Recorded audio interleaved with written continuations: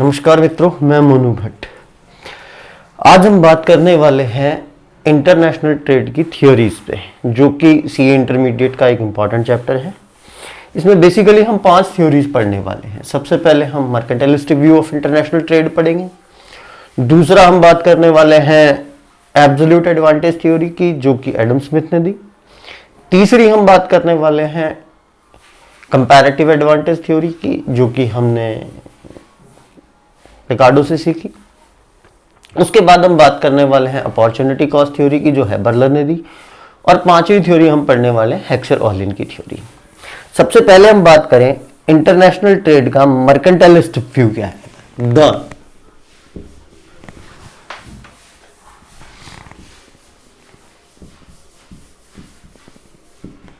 मर्केंटाइलिस्टिक view of international trade. देखिए, mercantilistic view of international trade ये कहता है कि international trade is what zero sum game, यानी कि ये एक ऐसा गेम है जिसका एंड रिजल्ट जीरो आता है। जीरो सम गेम होता क्या है बेसिकली, पहले तो थोड़ा सा मैं ये आपको एक्सप्लेन कर दूं। जीरो सम गेम वो गेम होता है जिसका एंड रिजल्ट जीरो आता है, यानी कि अगर 2 प्लेयर हैं तो एक जितना विन करेगा दूसरा उतना लूज कर जाएगा, यानी कि एक का जितना विन होगा उतना ही दूसरे का लॉस होगा या लूज करेगा। ठीक है, तो जितना इसने जीता उतना ये क्या आ जाएगा, हार जाएगा, and the end result of the game will be zero. तो यही थ्योरी मानी गई है किसमें, the mercantilistic view of international trade के अंदर। यानी कि mercantilistic view of international trade ये कहता है कि जब 2 कंट्रीज के बीच में ट्रेड होता है तो उस ट्रेड का एंड रिजल्ट जीरो होता है। एंड रिजल्ट जीरो होने का मतलब क्या हो गया कि ए और बी, अगर ये 2 कंट्रीज एक दूसरे के साथ ट्रेड कर रहे हैं तो एक को ट्रेड से जितना प्रॉफिट होने वाला है उतना का उतना लॉस किसको होने वाला है, बी को होने वाला है। यानी कि ए इंटरनेशनल ट्रेड से जितने बेनिफिट लेगा उतने के उतने लॉस किसको हो जाएंगे, बी को हो जाएंगे, and the end result of the international trade is zero. इसीलिए मर्केंटाइलिस्टिक व्यू ऑफ इंटरनेशनल ट्रेड ये कहता है कि the end result of trade is zero and trade is nothing, it is a zero sum game. ठीक है, एक बहुत simple सी theory है जो बहुत ज्यादा पॉपुलर भी नहीं हो, एक हाइपोथेटिकल टाइप की थ्योरी है ये, जिसको बहुत ज्यादा इंपॉर्टेंस इकोनॉमिक्स में नहीं मिलती है।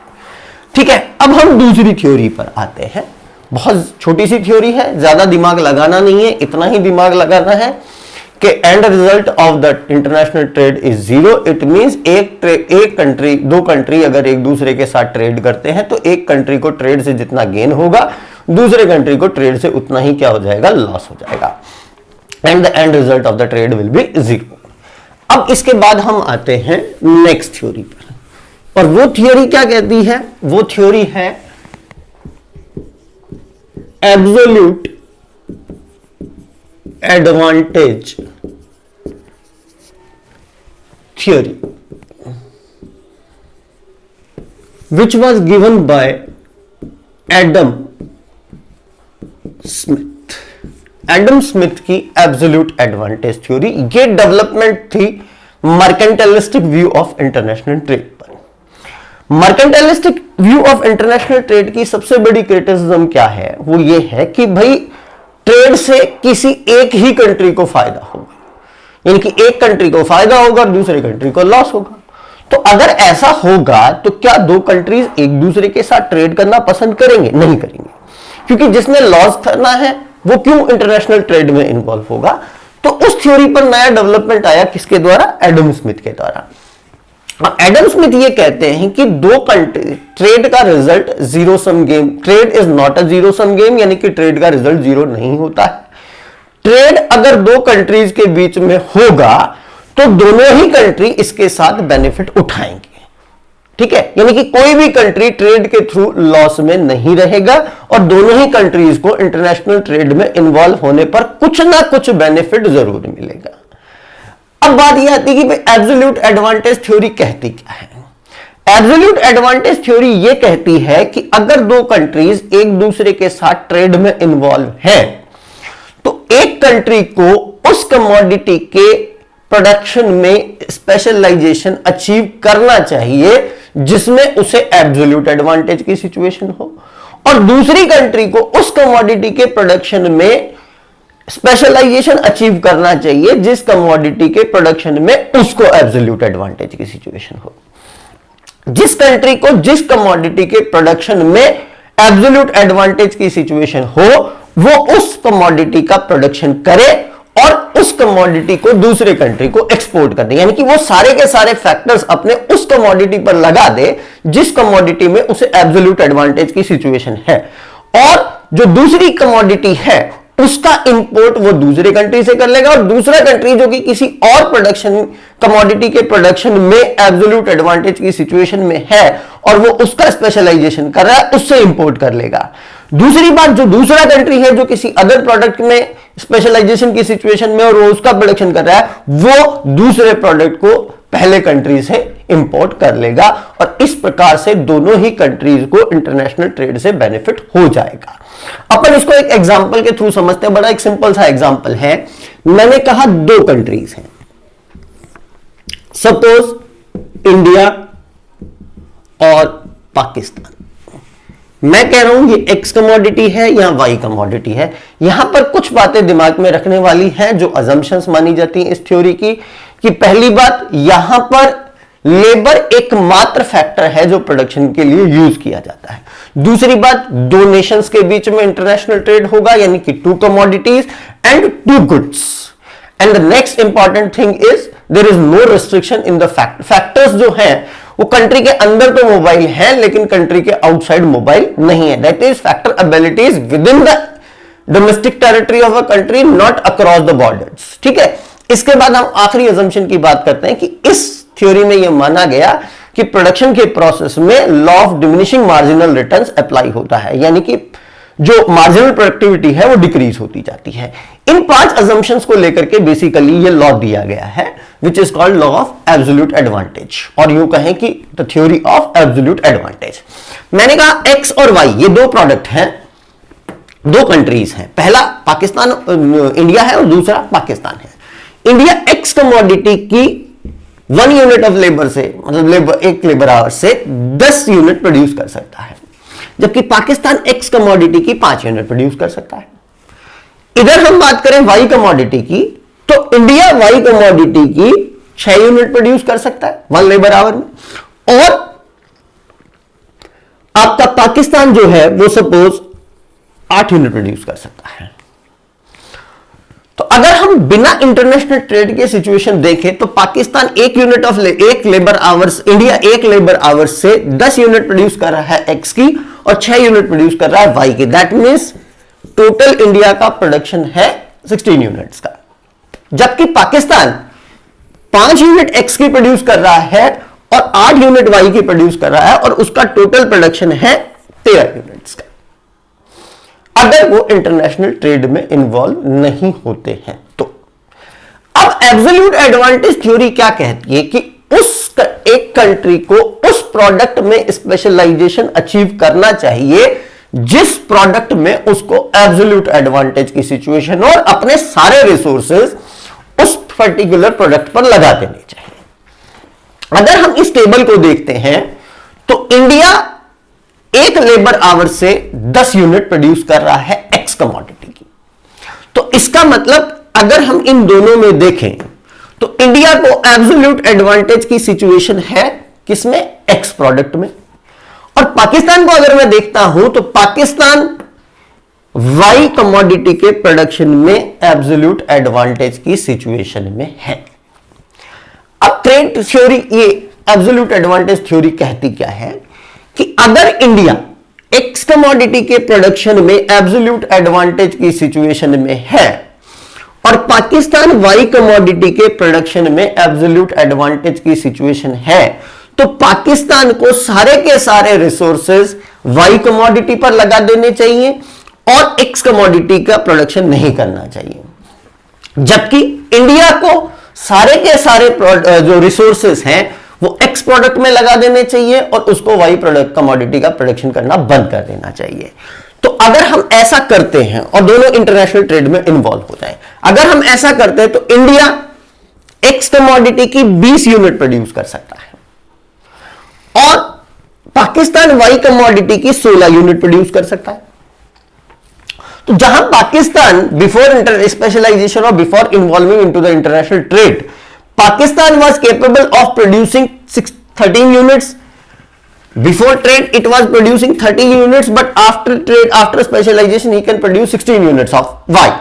Sorry, 16 units of Y. जबकि वो जब इंटरनेशनल ट्रेड में इन्वॉल्व नहीं था तो X और Y दोनों की मिलाकर के 13 यूनिट प्रोड्यूस कर रहा था।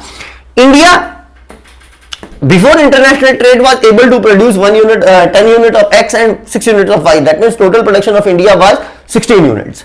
अब इंडिया ने X में स्पेशलाइजेशन कर लिया तो इंडिया का टोटल प्रोडक्शन हो गया 20 यूनिट और पाकिस्तान जो कि एक्स कमोडिटी का है, और पाकिस्तान का टोटल प्रोडक्शन हो गया 16 यूनिट जो कि वाई कमोडिटी का है। पाकिस्तान को गेन हुआ 3 यूनिट्स का और इंडिया को गेन हुआ 4 यूनिट्स का। लेकिन यहां पर समस्या क्या आ गई? समस्या ये आ गई कि India is now producing only x commodity and Pakistan is now producing only y commodity. अब करना क्या चाहिए? करना यह चाहिए कि भाई इंडिया जो है वो एक्स कमोडिटी तो खुद प्रोड्यूस कर लेगा और बिकॉज उसने वाई कमोडिटी का प्रोडक्शन करना बंद कर दिया तो वो वाई कमोडिटी किससे इंपोर्ट करेगा? पाकिस्तान से इंपोर्ट करेगा। जबकि पाकिस्तान वाई कमोडिटी का प्रोडक्शन करेगा और पाकिस्तान एक्स कमोडिटी किससे इंपोर्ट करेगा? इंडिया से इंपोर्ट करेगा। अब समस्या यह आती है यहां पर कि भाई ये टर्म्स ऑफ ट्रेड कैसे डिसाइड होंगी कि कितनी यूनिट इंडिया देगा और कितनी यूनिट पाकिस्तान लेगा।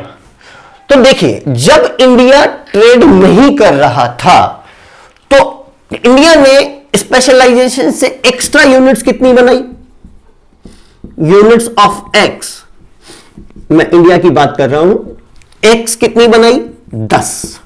और पाकिस्तान ने एक्स्ट्रा यूनिट्स ऑफ वाई बनाई कितनी? 8।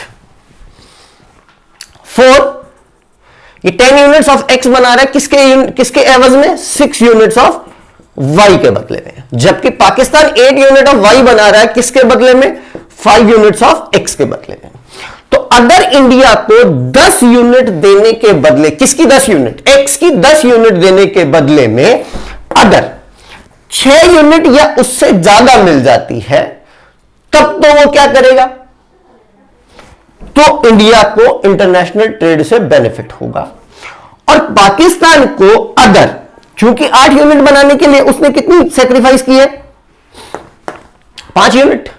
तो अगर पाकिस्तान को इन 5 यूनिट से ज्यादा अगर मिल जाएगा, ठीक है, कितनी यूनिट के बदले में? 8 यूनिट के बदले में। अगर पाकिस्तान को 8 यूनिट के बदले में 5 यूनिट से ज्यादा मिल जाता है तो पाकिस्तान को फायदा होगा। तो बेसिकली जो टर्म्स ऑफ ट्रेड डिसाइड होंगी वो इन दोनों के बीच में डिसाइड होंगी कि इंडिया 10 यूनिट के बदले में 6 यूनिट कम से कम चाहेगा पाकिस्तान से, 6, 7, 8 जितने भी उसको मिल जाए, ठीक है। और पाकिस्तान 8 यूनिट के बदले में कम से कम कितनी चाहेगा? 5 यूनिट तो चाहेगा ही चाहेगा क्योंकि वो इसकी डोमेस्टिक है, ठीक है। 5 से ज्यादा अगर पाकिस्तान को मिल जाती है तो पाकिस्तान के लिए ट्रेड बेनिफिट होगा। इंडिया को 10 यूनिट ऑफ एक्स के बदले में 6 यूनिट ऑफ वाई से ज्यादा मिल जाती हैं तो पाकिस्तान को इंटरनेशनल ट्रेड से बेनिफिट होने वाला है। और इस तरीके से इंडिया एक्स के प्रोडक्शन में स्पेशलाइजेशन करके और वो एक्स में स्पेशलाइजेशन करके इंटरनेशनल ट्रेड में इन्वॉल्व हो जाएगा और पाकिस्तान वाई का प्रोडक्शन करके, वाई में स्पेशलाइजेशन करके इंटरनेशनल ट्रेड में इन्वॉल्व हो जाएगा और दोनों ही कंट्रीज को इंटरनेशनल ट्रेड से बेनिफिट होगा, ठीक है।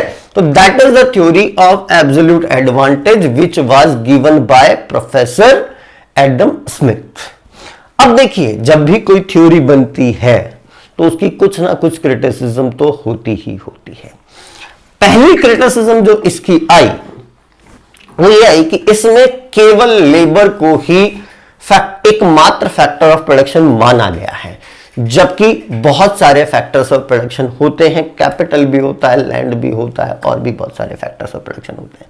तो basically that theory is simply based on one factor of production which is labour.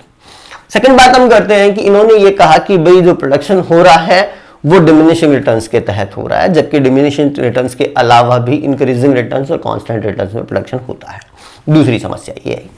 तीसरी समस्या ये है कि इन्होंने दो कंट्री का मॉडल लिया, जबकि इंटरनेशनल ट्रेड बहुत सारे कंट्रीज के बीच में होता है, तो मल्टीपल नेशन थ्योरी ये नहीं है, ये टू नेशन थ्योरी है।